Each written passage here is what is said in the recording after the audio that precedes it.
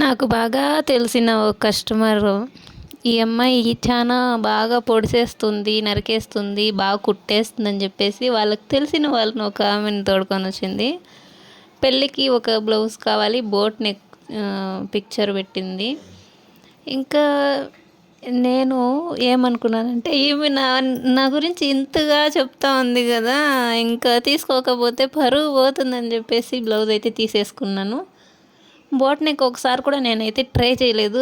అందుకని చెప్పేసి నాదే ఒకటి ట్రై చేస్తా ఉన్నా, ఎలా వస్తుందో చూద్దామని. మొత్తం నాశనం అయిపోయింది. ఇది ఫుల్ పైన వరకు పెట్టిన నెక్కు, గొంతు కానిపోయింది. మళ్ళీ కట్ చేసేసిన కిందకి. ఇప్పుడు ఏం చేయాలో తెలియక బ్లౌజ్ చూస్తా పిచ్చిదాన్ని అయిపోతా ఉన్నా. దీని పరిస్థితి ఇట్లుందంటే ఇంకా కుట్టబోయేది ఎలా ఉంటుందో అని ఇప్పుడే భయం వేస్తూ ఉండదు. ఇంకేం లే, ప్రిన్స్ కట్ చేసి బ్యాక్ సైడ్ కొంచెం ఏదో ఒకటి రెడీ చేయాలి. దాన్ని కూడా దీన్నైతే వదిలేదు, దీన్ని ఏదో ఒకటి చేయనే చేస్తాను. దాన్ని ఏదో కచ్చబిచ్చే అంత చేసి నేను పిచ్చిదాన్ని అయిపోతా ఉన్నాను ఆల్రెడీ. సో నవ్వు కూడా వస్తుంది, నాకు ఎందుకు నవ్వు వస్తుందో నాకే తెలియలేదు.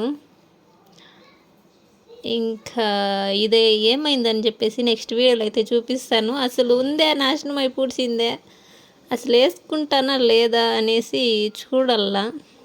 పండగ రోజు చూద్దాం. అదే పండగకని కుట్టుకుంటానరా నాయన ఈ బ్లౌజు.